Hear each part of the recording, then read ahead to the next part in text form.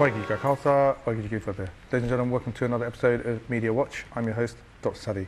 Now, we do the show every month and we try and bring our best guests, all our guests are best guests. The Media Watch show is about looking at what's actually happening around the world. We look at news items, specifically a main headline. We look at selective headlines in terms of major items and in terms of media activity. And then finally, we try and look at Sikh news or news that's happening in India. The programme started in English, and like I said before, we have some fantastic guests, and we are grateful for them giving up their time to come and spend some time with us. So without further ado, let me introduce you to Gurcharan Singh. He has been a Conservative candidate in the last election, which was only a few months ago, and also got a wonderful guest who's been on the show a couple of times before. It's always great to get her away from her keyboard, or I was going to say typewriter, but you don't use typewriters anymore, computer, because she's a great novelist and also a wonderful campaigner in terms of some of the charity work that she does. So without further ado, let me introduce them, and also they'll tell you a little bit about themselves before we delve into the news and deep dive into what's actually happening around the world. Gurcharan Singh, Waheguru Khalsa, Waheguru Fateh. Waheguru Khalsa, Waheguru Fateh. Tell us a little bit about, you've been campaigning hard. I know you've been a councillor, and I know recently you were in Slough, which is not too far away from where I live, and in terms of being a prospective parliamentary candidate for the Conservative Party.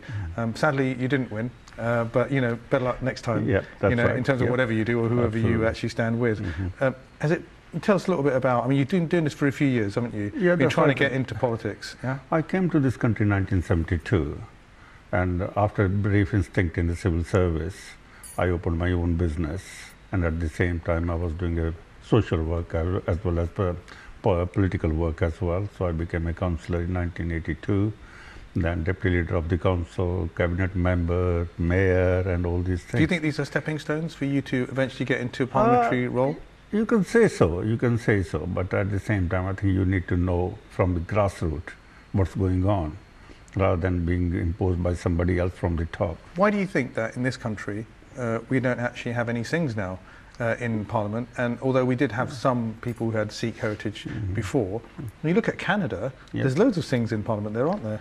Even I think Punjabi is like number one or number two spoken language, isn't it?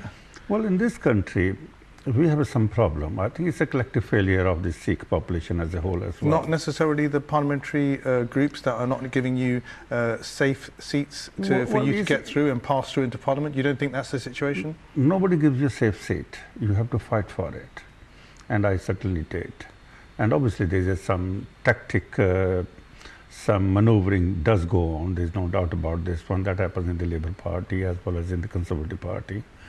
When in 2006 or 7 issue came up in the Labour Party, I was systematically sidelined from the shortlist. In fact, I was asked a question by a Labour man, would you go to the Parliament with turban? I said, yes, of course I will. I think that was a hindrance for me being put on the shortlist. Not to you, to them?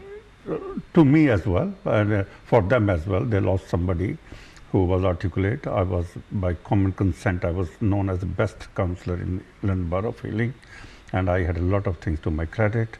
And so that in those days we were talking about the BME community becoming active and becoming a member of Parliament.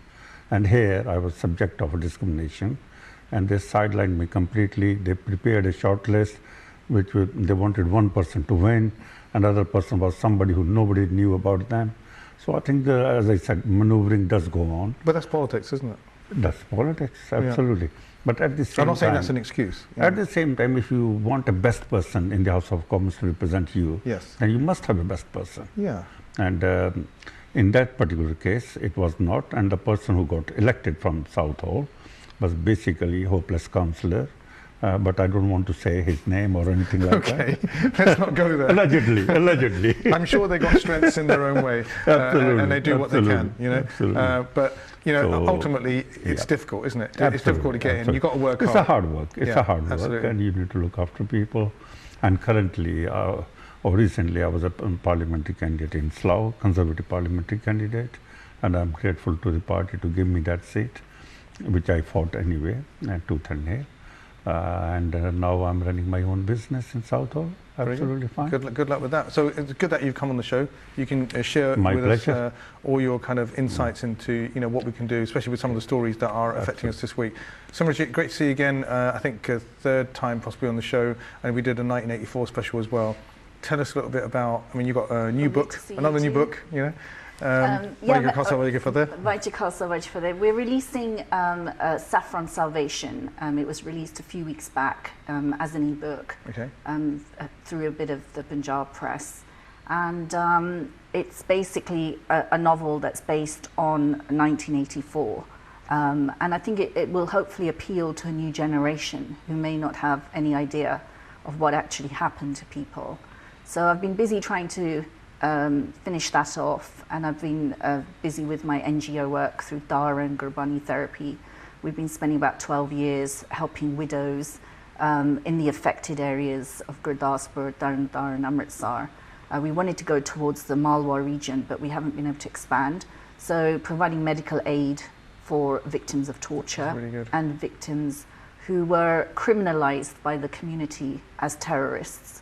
Entire families, whether if one member had become a part of the Kharku movement, supposedly under Indian intelligence, or they were known as a terrorist, unfortunately the entire family was criminalized and the entire families were tortured. And the thing is that it kind of continues, we're trying to help those families, survivors of that genocide period. And that's an interesting, it kind of continues, doesn't it? That pain continues, doesn't it, from generation on generation, especially if they've lost someone, they've lost their husband, or they've lost their, their wife, or people have disappeared in their families.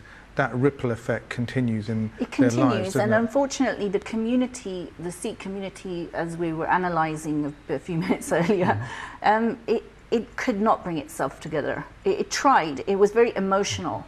What you actually need is a very non-emotional reaction. The government of India had a duty, actually, once that civil war ended in 1994, to open up a humanitarian route into the region. That was their responsibility as a country, and they've not fulfilled that in 30 years. So then you get, little groups of volunteers trying to go. They can be criminalized easily. They can be accused of this, that, and the other. And that was, I raised that last year in this United Nations Women conference in India, because India is right now wanting to become a leader with respect to widows for the whole of South Asia. And we raised this in Vrindavan through one of our sister groups who's helped widows as well. Dr. Mohini Giri, she does fantastic work for the last 40 years. Right. She's actually an ex-Indian president's daughter-in-law. So she just, even into her 80s, she's been so active. And it's inspiring to see these people. If you're going to kill people, if there's going to be a war, the actual diligence and a due diligence on Chaidasi, and they should have created a humanitarian route. They did not create it. Right. And then the Sikh community itself has created many layers, many Machiavellian types coming in, creating their own little businesses and making money off the back of widows. So the state of the widows to this day is dire across this whole region. Right. Okay, well, that's really great, the work that you do, and it's so good to have you here. Now, let's talk about, let's get into the first story, first of all. Literally hot off the press. Sadly, we can report that after last night. Now, if you know about Calais, there's a camp outside. I was quite surprised to hear there's been there for about 20 years. Just on the way in, I was listening to the radio, and someone said to me, came up and said, Ashley, do you not think that this is a result of politics around the world where there's been wars, especially if you look at African locations where people have actually wanted to leave their dire situation that they're in to try and get to France, to try and find a better life. Maybe they'll come to the UK, or if they can live in France or whatever. The point is they're crossing over oceans and seas and dying, and people that are making money are the people that charge. I think last night when I saw a documentary, it was like £3,500 for one person just to kind of cross over in a dodgy boat, where they may or may not make it. Then they live in these camps, and then we saw the report, 1,500 migrants try to enter the Channel Tunnel, and one person's been killed, sadly. Now, they're saying these incursions are a nightly occurrence that's going on. Sections of the M20 in the UK. and we just found out, actually, I've just been told now that there's actually been 2 people. Actually, I've just got it, just had a notification just now. It's really sad. But people that are wanting to cross the border can't because they're scared and they shut the Euro tunnel down. One of the answers has been wanting to put up a fence. But, you know, people put fences up all over the world. I'd love your view on, do you think a fence is an answer? Or would you think that David Cameron should just get on the phone to the president and say, it's your problem, what are you going to do about it? But it's not his problem, is it? Or is it everyone's problem? It's going on for so many years, so many years. I think it's a collective problem of the French authorities as well as United Kingdom. The United Kingdom basically fence it off, but at the same time, the humanitarian issue there as well. People are fleeing the country and fleeing the region where they destitute, prostitution and all these things. They are trying to run away from there. I think we as a nation and whole of the world as a community have an issue and to deal with this one. They are living a situation there where they can't live. Do you think they're just leaving it to the UK and France to just take care of and it's not anybody else's problem? No, I think we are part of EU. It's our collective problem. It's not just France, it's us, German, Dutch, all these things, Italy, they all have a problem and they have to solve it properly. What can they do? Well, basically, they can't leave it to at the moment they are living with the Turkish and Channel. We can't do that. It has to be they have to sit down and think how they can deal with it. They need to be dispersed in different parts of the world, in Europe, where they can have a reasonable to seek asylum and they can try to lead a reasonable life. But all of them can't come to United Kingdom. Okay, so you think it's a global responsibility to take care of it? Absolutely, okay. I believe that. But what about going back to the source? And Simarjit, what do you think going back to where the problems actually come from, in those countries where they're running away? Because their situations are really rough, aren't they, where they live, I think where some of these people may be economic migrants, that some may be coming out of a conflict zone like Sudan has been in the past. And the problem is, you do need to address those areas because genuine refugees very rarely get out of their original countries. So you do end up with this whole migration of people and the networks that are taking these people. I don't think they're being handled on a global region, global level. They're not being looked at. I think there's also criminal elements as well. The mafia. I was going to mention that. They are charging thousands of pounds to get a family from on dodgy boats onto Calais and all these things. Yes. I think it's not just so simple, the solution. So it has the multidimensional. Because if you look at it from an Italian's perspective, you know, obviously they were trying to migrate themselves into Italy via the back door, and they're going on these dodgy boats, charge exorbitant fees, and they die out there on the ocean. So if they don't bomb those people, unfortunately you're going to kill them, aren't you, if you do that? And we don't know how many people died in crossing over the ocean either. Yeah. This is the figures we have, is just what you tell me or somebody else tells me. So basically, I think there's more casualties are there, and they need to be looked at. It is very difficult to interfere in anybody else's country, but people from here, people from France, they need to sort out a system where people, before they migrate from there, they are stopped there and see what perhaps camps over there can be established. But the borders are not clear, are they? I know, in some of those countries. They're just going to get in a boat and then just get across. So this is what I'm saying. So if we have some kind of a camps over there on the other side of the ocean, and these people are properly looked after, and then we see what we can do about them. Okay. Rather than smugglers, drug dealers take advantage of these poor, destitute people. I think that's what we need to stop. Let's move on to another story. So we've also seen that millions of men and women and children around the world are currently victims of human trafficking, related to, obviously, you know, what's actually happening is that people have been taken out of one country. Now we've got a map that we can show you. Something like 2/3 of this kind of human trafficking comes from sexual exploitation. That particular, in terms of, you know, you talk about we talk about this dark currency, you know, is $99 billion is what this whole slavery industry actually is. In the 21st century, where we would have thought that slavery wasn't there, we still see it today, right? Now, we even look in our backyard and we look at Rotherham, and there's, you know, sexual exploitation of you know, that's going on there, and those people are being not brought to justice. Is there something wrong with our ability to put effort and energy into stopping this from happening. Why is there not a priority there? Why do you think that we don't put a priority on stopping the slave industry, or even this? What was the situation last weekend in the press about this particular gentleman who happened to be in the House of Lords, who was also doing terrible, dark stuff? Absolutely. And now he's resigned. I'm not going to mention his name, but the point is it endemic in our society that there's a dark, dirty element of people who want to exploit men, women, and children? You see, if you look back only 20, 30, 40 years ago, 70s and 80s, Jimmy Savile. Yes. But he did it and nobody found out he was doing exactly. it. So these things are happening here in this country, and I blame the liberal culture of this country. Really? Okay. Yes, because you see, people just look on the other side. Where was the police? Where were the social services? These people are failing our young generation, or have failed our young generation. So people have been grooming kids, children, girls who are 12, 13, 14 years of age. Recently there was a case in Slough, as you mentioned, Raudram. There was a case in Slough as well. I think this has been endemic, and more people have a courage coming out. We know what has been going on. We have been sweeping all these things under the carpet. I think we need to be honest with ourselves, and I think police and social services. But how do we fix this? Do we fix this from the? If you look at children playing, and I think it was interesting last week. I think it was.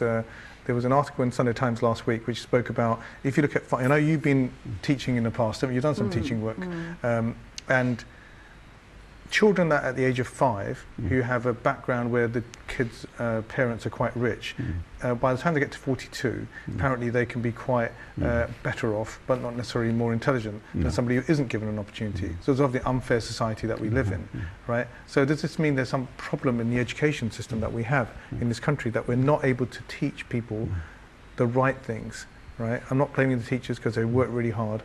I'm saying, is there not enough investment in those kind of educational curriculums to start at a grassroots level to stop this thing from happening? I think, especially in terms of, if we just touch very briefly on education, we can't just get the teachers to do everything, by the way. No. It starts In with the terms family of as well. even cyberbullying and exploitation through the net. This is something that's being quite, actively taught in schools. So people should be aware that, your photograph can be taken. The e-safety part is very important. It can be photoshopped. You don't need to recognize it. And I think grooming is also something that people are only starting to recognize, because before you would have just said, well, that's somebody with an older boyfriend. So even the 14-year-old teenager wouldn't recognize it. So I think that there's been a recognition. But onto the very dark areas, of sexual exploitation. What worries me is the Sikhs as a community from Guru Nanak Dev Ji's time. Guru Nanak Dev Ji was anti-slavery, and he took a stand against it. And from the Guru's time, the Sikhs seem to now, even though they're in a very relatively settled period, despite a genocide in '84, they're in a relatively settled environment globally, but they don't seem to be consciously aware that they have to take a very social activist role in the anti-slavery movement. Our principle is to defend the defenseless. We don't need to defer to police systems or other systems. I was watching a very interesting documentary about the paedophile hunter, and he's a chap who does take the law into his own hands on a great deal, and he literally tries to bait and entrap people who he thinks they're dodgy. And then he hands them over to the police. So the point is, I'm not saying that everybody needs to become... You're saying that it should be vigilantes? No, I'm saying that the Sikhs need to be socially active. They cannot afford to defer to a government or to a system or a police system. Your religion is not to look the other way. Your religion is, let's get 10 people together and let's actually try and tackle this in our own area. And if every Sikh was doing this actively around the UK, they would be part of a huge anti-slavery movement. You see, Sikhs are part of the community. We cannot actually work in isolation. We have to work together with the rest of the community as well. Well, the reason I say is social services. In this country, we have a good social services, and some officers, a lot of officers do very good job at all, and they probably are gatekeepers. So, what we need to do is just basically simply say, oh yes, these things happen. No, these things don't happen. We must condemn them in harshest possible way and we must do whatever we can do it. We cannot allow our younger children be exploited, sexually exploited by the older or any generation, by anybody. So whatever needs to be done should be done. It's simple as that, because we can't condone in Sikhism, as mentioned. It's basically, we believe in equality, freedom of speech, and all these things. And my main fear is in 1984 when in Delhi the genocide took place, and I'm concerned about the kids of that. There's a one colony called the Widows Colony, and I'm concerned about their children. Has anybody looked after them? I don't believe so.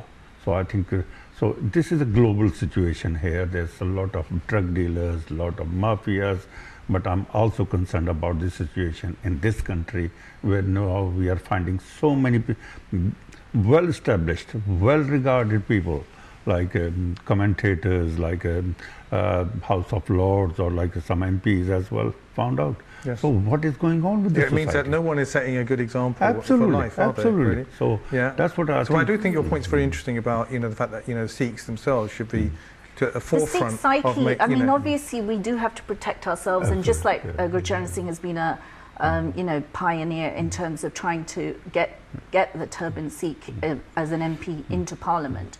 But the fact is, we can't just look out for ourselves.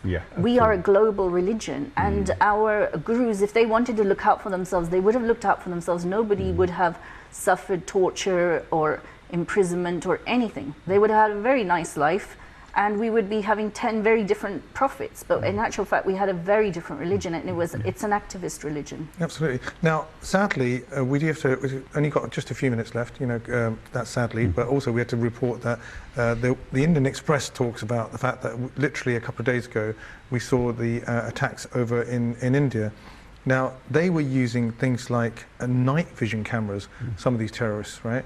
Also, the media handling of this was really weird as well, in terms of incorrect information coming forward and whatever. I don't really want to address that point. I just wanted to talk about the fact that technology-wise, some of these people are getting really sophisticated in terms of what they're doing. Being able to go into these places and and that's a real worrying sign for us. That we find that these terrorists are getting more and more technology savvy. When we have a government say, let's cut here, let's cut there, let's cut there.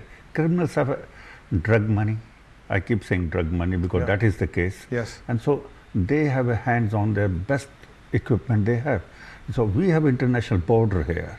And as press tells us, allegedly, that people crossed over from the other side into India. So why can't we mind that fence?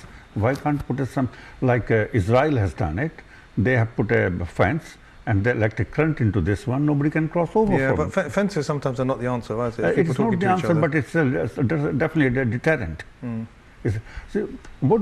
Criminal will only stop doing criminal activities if they fear.